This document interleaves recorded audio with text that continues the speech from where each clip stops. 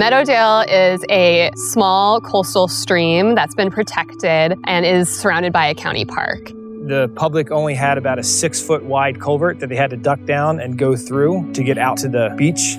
During flood season, a lot of water would come down and flood the park, but with that also came a lot of sediment, and that sediment would build up behind the culvert. With no access for much of the wintertime or much of the year, posed a lot of problems. The project of Meadowdale was really opening up what used to be a 6-foot opening to the beach into an over 100-foot opening that also has ADA access, allows fish to get through easier, and restores an old historic estuary that's critical habitat for Chinook salmon. In order to restore salmon populations in Puget Sound, we need more access to habitat. We really hope that Meadowdale is a pilot project for many more to come.